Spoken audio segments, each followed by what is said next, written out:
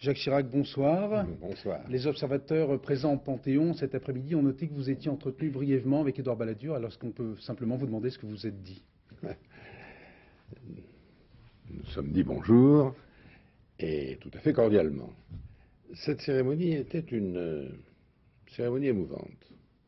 Un beau discours du président de la République, une très belle allocution du professeur de Gênes, la présence de la famille de Marie Curie, leur fille.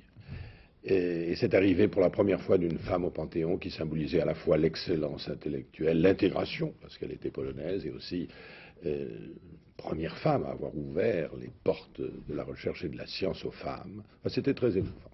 Alors justement, M. Chirac, en France, les hommes politiques aiment bien les femmes pour les commémorations, pendant les élections, mais avant et après, c'est un peu plus difficile. Alors est-ce que Jacques Chirac, élu président de la République, si vous l'êtes, prendra des mesures significatives pour la promotion des femmes, notamment au plan politique? Un quota, par exemple, ou la parité à l'Assemblée nationale et dans un futur gouvernement. Qu'il y ait une lacune profonde, c'est évident. Il y a longtemps que je la dénonce et que j'essaie d'y remédier, notamment à la mairie de Paris, où sans quota, j'ai tout de même plus du tiers de mes adjoints qui sont des femmes. Le quota, ce n'est pas une bonne formule, le quota officiel, légal. D'ailleurs, il faudrait une réforme de la Constitution, qui créerait un précédent difficile. Mais en revanche, il y a un certain nombre de modalités qui permettent d'aller à la parité. Et je crois que ces mesures doivent être prises. J'ajoute enfin qu'il y a un autre problème, ailleurs qu'en politique, c'est l'égalité des droits, qui n'est pas assurée aux femmes, notamment en termes de salaire, et l'égalité des chances dans l'ensemble des professions.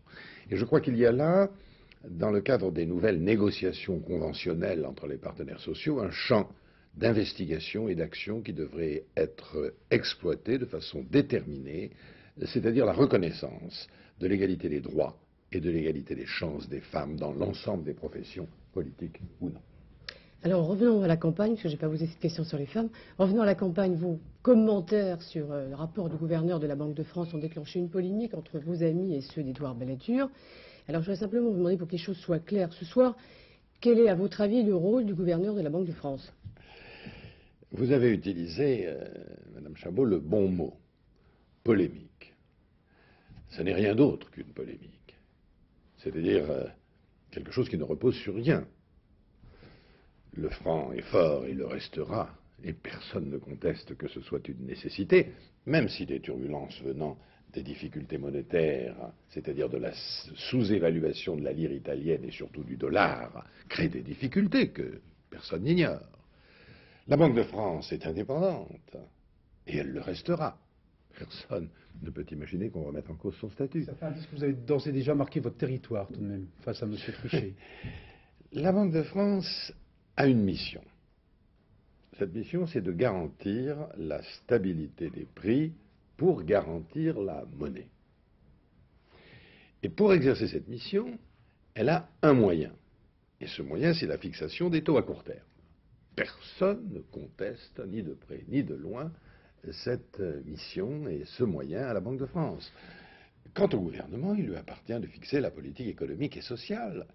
Et je ne vois pas comment il pourrait y avoir réellement de conflit entre les deux. C'est d'ailleurs la raison pour laquelle moi j'ai voté cette loi dotant la Banque de France d'un statut d'indépendance. Je crois que c'était une bonne loi. Ça veut dire par exemple qu'il serait dans la mission du gouvernement de demander à la Banque de France une baisse des taux d'intérêt?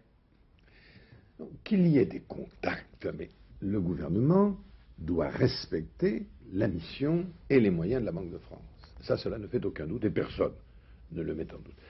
Vous savez, la vérité, c'est que les taux d'intérêt élevés que nous connaissons actuellement ont une origine, naturellement. Et cette origine, c'est essentiellement les désordres monétaires qu'on a laissés se développer depuis quelques années et qui se traduisent par des déficits qui ne font que croître et qui ont encore cru l'année dernière et cette année, et notamment un endettement qui a considérablement augmenté de 50% en 2 ans. Chaque Français, y compris les bébés et les centenaires, au titre de la dette de l'État, doivent actuellement 55 000 francs. Je veux dire, on a atteint des sommets. Alors, cela oblige l'État à faire des emprunts considérables sur le marché obligataire, et c'est ça qui en réalité, crée des taux d'intérêt élevés. Donc, une politique de baisse des taux d'intérêt nécessaire pour relancer l'économie, c'est d'abord une politique qui consiste à remettre de l'ordre dans nos finances publiques. Comment vous dites effectivement que la dette a augmenté, que les déficits se sont creusés. Pourquoi vous n'avez pas tiré le signal d'alarme depuis 2 ans, au fond? Oh, je les ai tirés, je l'ai dit, mais il n'était pas dans mon rôle, bien entendu, publiquement, de critiquer un gouvernement que la majorité avait pour vocation de soutenir.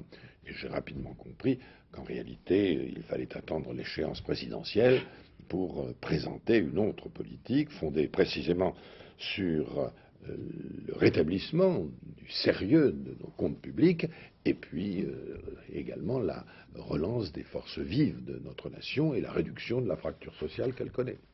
Vous avez parlé souvent, M. Chirac, d'augmentation de salaire. Et ça tombe bien parce qu'il y a beaucoup de mouvements sociaux avec beaucoup de gens qui demandent des augmentations de salaire.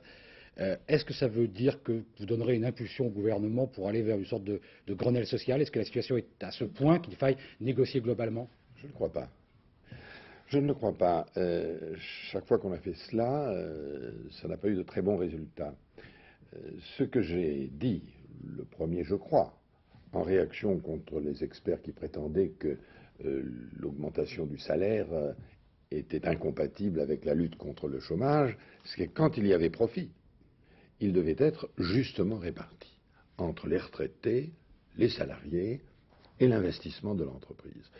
Et que si l'on s'arrêtait de récompenser le mérite et le travail, eh bien, on déréglait en réalité l'économie.